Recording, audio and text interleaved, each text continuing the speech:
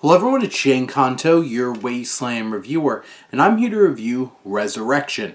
And this is from director B. Gan, and this focuses on in a world where humanity has lost the ability to dream, one creature remains entranced by the fading illusions of the dream world.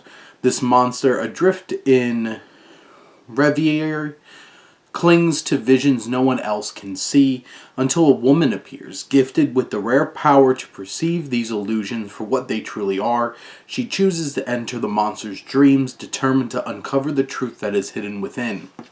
And Resurrection is one of the boldest, most ambitious films I've seen in quite some time. And this is exactly one of those types of films that if it hits you on the right frequency, you might have just seen one of the most miraculous things you've ever seen put to film. And if you're not really dialed into this very abstract, very expressionistic art house type of film, you're going to finish this 2 hour and 40-minute film and probably say, what the hell did I just watch? And probably never want to think about it again. And that is something wild and special about this film and this bold filmmaker in Gan. And this film explores these 6 different parts, all honing in on specific senses of the 5 human senses. And just the way that this film is constructed and executed in terms of how they accentuate each of those senses, auditory and visual and feeling and taste, and how all of these things come together in each of these segments that capture the imagination and really deliver something so thought-provoking and challenging that you'll process through these both very human but also very abstract stories that are brought together in this film. There's something very sci-fi and strange and unexpected about this film, and this film opens up with this very interesting, very old school kind of silent film experience that is very unexpected, and it's so expertly executed. I felt like I had just been shot back in time and watching one of the true great auteurs of early silent expressionism just bringing something to life.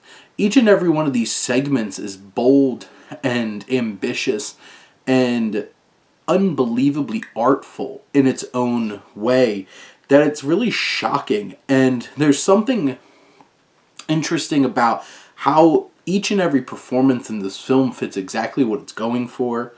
M83's score just accentuates this atmosphere. Jing Song Dong, who is a cinematographer, captures some of the most visually striking and bold and beautiful shots I've seen in a film in a long time.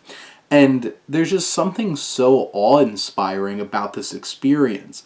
And it's this thread of consciousness, it's this thread of experience, and something very deeply human, but also very challenging in a way that how each of these pieces are threaded together, how they each hone in on one of those specific senses, and how they translate that in how it crafts and molds the human experience. This is a film unlike, I don't think, anything I've really seen before. And that's quite impressive for somebody who watches as many insane amount of movies that I do. And I have to say, this was something quite impressive and mind-boggling from an artistic standpoint, from an experiential standpoint, and from this thematic perspective of how this is exploring the extent of the human mind and dreamscape, and how we can control our senses in all of these different manners. There's just something so bold and engrossing about this experience from start to finish. And this is a 2 hour and 40-minute film. And how each of these stories is pinned by what it's trying to say about the human experience through all the ways that we perceive our lives and our existence in reality. And this is reality bending. It is something that's so unexpected. And like I said, I'm sure there'll be people who watch this and are just like, what was that? And others will be like, I appreciate it, but I don't connect. And there's others that this will wash over and you'll just be lost in what Gann is performing, portraying, and expressing on film. And I was, that last one.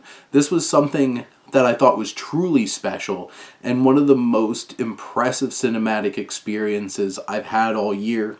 And if you're a cinephile, this is something you have to experience. Like, I'm not going to go say, you and your family should go watch B. Gann's Resurrection. But if you appreciate film and cinema, this is a must-see for sure. But those are my thoughts on Resurrection. Let me know what you think and let's talk some movies. But thank you as always for tuning in and supporting your Wasteland reviewer.